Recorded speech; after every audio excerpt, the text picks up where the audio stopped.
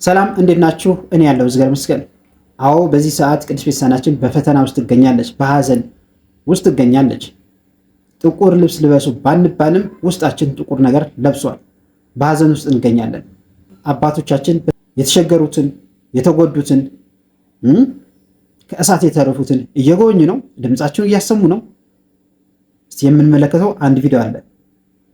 አስደሳች ዜና ተሰምቷል። እንግዲህ ከላይ እንደምታዩት አባቶቻችን ለጉብኝት ወጥተው የተጎዱ ክርስቲያኖችን እየጎበኙ ነው።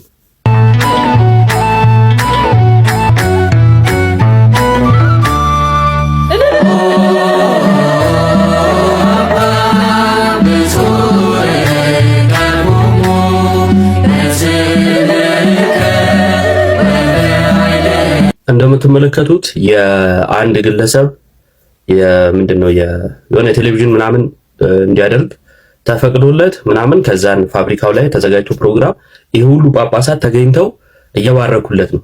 ጥሩ ነው። እዛ ላይ ተቃርኖ የለንም፣ ችግር የለውም። ይሄው አባትነት ግን ለሚሞቱት አለ ወይ? ይሄ ሁሉ ጳጳሳት የሚሞቱት ጋር ተገኝቶ አንዶ አጽናንቷል ወይ? እኚህ ሁሉ ጳጳሳቶች የሆነ ምዕመናን በሚፈልጉበት ቦታ ልጆች አባቶቻቸውን በፈለጉበት ቦታ እየተገኙ ነው ወይ የሚለው ጥያቄ ነው። አንድ አባት ነው የተገኘ እንደዚህ የተጎዱትን ለመጎብኘት የተቻላቸውንም ለመርዳት አቡነ ይስሐቅ ብቻ መታከሚያ የሆነው ብለው ብር ሰጥተው ያጽናኑ አንድ አባት ብቻ ናቸው። እንደምታዩት እዛ ከ9 ከ10 በላይ ቅዱስ አባታችን ፓትርያርኩንም ጨምሮ ማለት ነው። የገጠመን ችግር ይሄ ነው። ርቀት እንደሚኬድ የሆነ ሰው ተሰደበ ተብሎ ምን ያህል ርቀት እንደሚኬድ እናውቃለን። ይሄ ሁሉ ሰው ሞቶ ስቲል አሁንም ሞቱ እንደቀጠለ ሆኖ ከመንግስት አካል ጋር ተነጋግረው እንዲቆም አላደረጉም። ወደ ቦታው መሄድ ነበረባቸው። ወደ ተገደሉ ሰዎች ከመንግስት አካል ቢሆን የጸጥታ መዋቅር ጠይቀው ተኪዶ መጽናናት አለባቸው፣ ሂዶ ማየት አለባቸው። እንዲያውም የሀገረ ስብከቱ ሊቀ ጳጳስማ ኦርቶዶክስ ስለመሆናቸውን በምን አውቃለሁ ነው ያሉት። ይሄ ጭራሽ አባትነት ሽታም የሌለው ሌላ ታሪክ ነው፣ ሌላ መገለጫ፣ ሌላ ማንነት ነው። አትሊስት ግን የሲኖዶሱን መግለጫ በቂ አይደለም። ዝም ብለን የሐዘን መግለጫ ነው እንደምንመለሰው ማለት ለሞቱት ነፍስ ይማር እሺ ላሉት እሳ ከዚያ በኋላ እኮ ዝም ስላልን ወደ 10 ምናምን ሰዎች ተገደሉ እኮ። መግለጫ ላለፈው ነው ባይዘይ አይደል? ላለፈው ነው የሐዘን መግለጫ ብቻ ተብሎ ከተባለ ወደፊት ለሚገደሉት ምን ታስባለ ከተባለ መግለጫው በራሱ ልክ አይደል? ያንን ታይቶ እኮ ነው ባይዘይ። በኦሮምኛ ምን ይባል አባባል አለ መሰለሽ? ሳባንጋ ፈጨብሴ ኦላን ጀጃምሴ ጎረቤት ይሄ ባለቤት ቀንዷን የሰበራትላም ጎረቤት አይኖር አጠፋት ማለት ነው። ምን ማለት ነው? ኦልሬዲ ባለቤቱ ራሱ ቀንዱን ሰብሮታል፣ ቫልዩዋን አሳንሷል ማለት ነው። እሱ ቫልዩዋን ካሳነሰ እሱ ከቀንዷን ከሰበረላት ክብሯን ካሳጣት ጎረቤት አይኗን ያጠፋታል። እንዴ አንተ ራሱ እንዲያርጋር አይደል ነው የሚለው።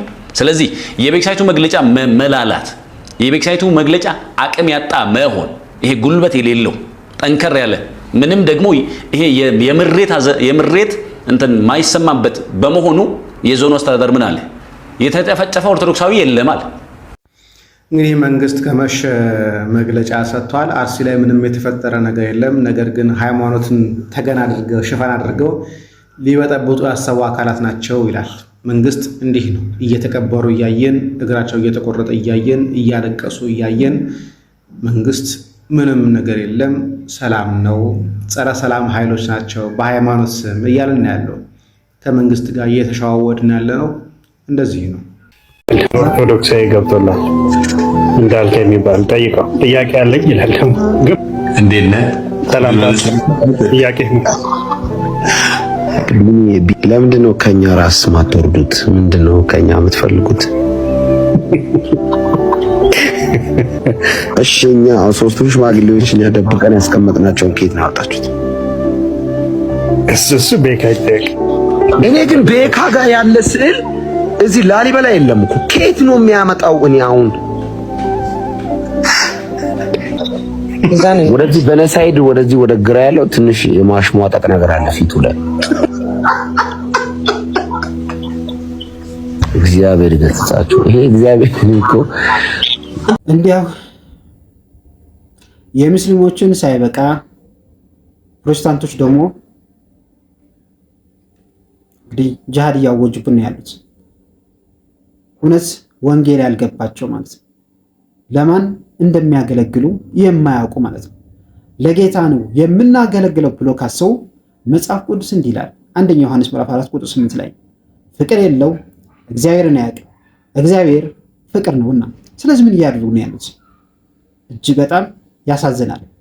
እንደዚህ በስዕላት ላይ እየተደረገ ያለው ነገር የሚያስፈራው ነገር በኋላ ዋጋ ሊያስከፍል ይችላል። ታሪክን ካለማወቅ የተነሳ ነው። በዓለም ታሪክ እስቲ ታሪክን አጥኑ። ስንት እልቂት እንደነበረ፣ ስንት ፈተና እንደነበረ። ስለዚህ እባካችሁ ፕሮቴስታንቶች፣ በአሁኑ ሰዓት ደግሞ የሚያሳዝን ነገር ውጊያ ታውጇል። በአፋርና በአማራ ክልል ሰሞኑ በአካባቢው ከፍተኛ ውጊያ እየተካሄደ እንደቆየ ሁሉም ሲከታተለው የነበረ ነው። የውጊያ ተፈልጎ ሳይሆን በተደጋጋሚ እንደምንገልጸው በሰላም ይፈታ ብለን ደጋግመን ጠይቀን የኃይል አምላኪዎች ግን ውጊያውን ለማስቀጠል ስለወሰኑ ያለን አማራጭ ጠላቶቻችንን በኃይል መደምሰስ ስለሆነ ነው ውጊያው የገባ ነው። አዎ ይሄን ነገር ምንድነው ፖለቲካ ባናቅም ባይገባንም ግን እኛ አንድ የምናውቀው ነገር አለ። እኛ ኢትዮጵያን በዚህ ሰዓት የሚያስፈልገንና የምንፈልገው ነገር ሰላምን ነው። እንደሚባለው ከሆነ ወደ 600,000 ህዝብ በላይ ባለፉ ውጊያዎች እርስ በርስ ጦርነት ሰው ሞቷል ተብሎ ይታሰባል። በአብዛኛው እያለቀ ያለው እየተፈጀ ያለው ክርስቲያን የሆነ ማህበረሰብ ነው። ስንት አብያተ ክርስቲያናት ተቃጥለዋል። ስንት እናቶቻችን እህቶቻችን ተደፍረዋል። አረ ይብቃ። እስኪ ክሰሱ ወገኖች፣ ክሰሱ። እስኪ እውነታችሁ ይውጣ። እስኪ እንባችሁ ይታበስ። እዚሁ እንደተራወጣችሁ ነው የምትቀሩት። የጉድጓድ ስር ጉንዳኖች ወጣ በሉ እስኪ። አፈር ልሳችሁ የምትነሱ እባቦች። ኦኬ፣ ከሞተ በኋላ አፈር ልሶ የሚነሳ እባብ። አንዱ አጀንዳ ሲዘጋባችሁ በአንዱ፣ አንዱ አጀንዳ ሲዘጋባችሁ በአንዱ፣ አንዱ አጀንዳ ሲዘጋባችሁ በአንዱ።